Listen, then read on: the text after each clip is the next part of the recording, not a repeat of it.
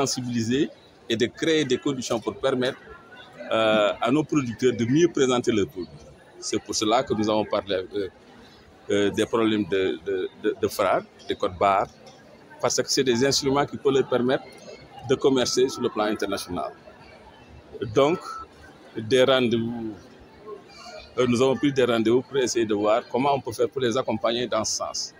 Mais pour ce qui concerne quand même cette 23e édition du salon, on ne peut quand même que féliciter le directeur général et son équipe et lui dire que vraiment ils ont vraiment fait de sorte que quand même la présentation et l'organisation est très au parfait.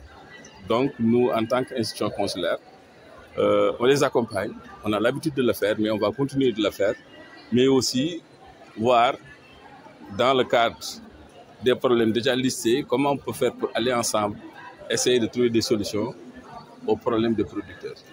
Voilà. Monsieur le Président, hier, Qatar a été le tiers de manifestation, ce qui a relaté un peu la marche de l'économie sénégalaise en tant que fédération. Quel est le message que vous laissez? Voilà, merci beaucoup. J'ai été vraiment peiné en tant qu'opérateur économique de ce que nous avons constaté ces temps derniers.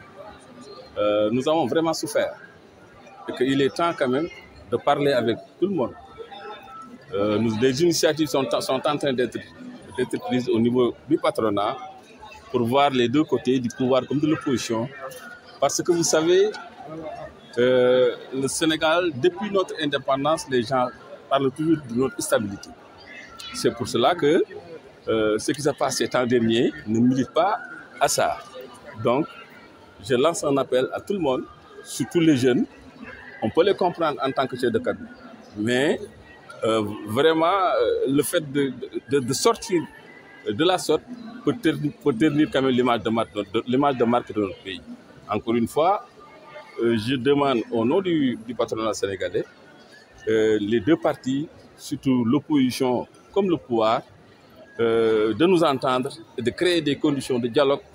Le Sénégal est un pays de dialogue, comme disait le président Senghor. Donc ce n'est pas tard que les deux partis puissent vraiment s'asseoir pour qu'on puisse trouver des solutions afin de pouvoir vraiment régler ce problème pour les jeunes une bonne fois pour toutes. Vous avez dit, Monsieur le Président, les transformatrices et les transformateurs ont un problème avec l'autorisation franc et les codes barres pour labelliser un peu les produits. Est-ce que vous pouvez les accompagner sur ce? Nous avons notre stand en face. Vous avez vu que nous avons accompagné des producteurs.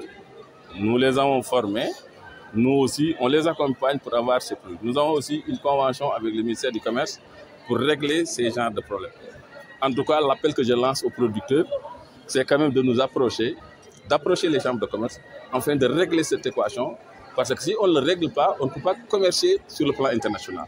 Et donc, pour mieux vendre le produit, il faut quand même se normer, comme le veut quand même les autorités de l'extérieur.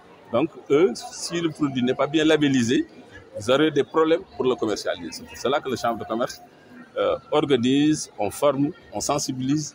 Maintenant, on encadre pour que les gens puissent avoir le code barre et le FRA, afin quand même de les permettre de mieux commercialiser leurs produits au niveau national comme au niveau international.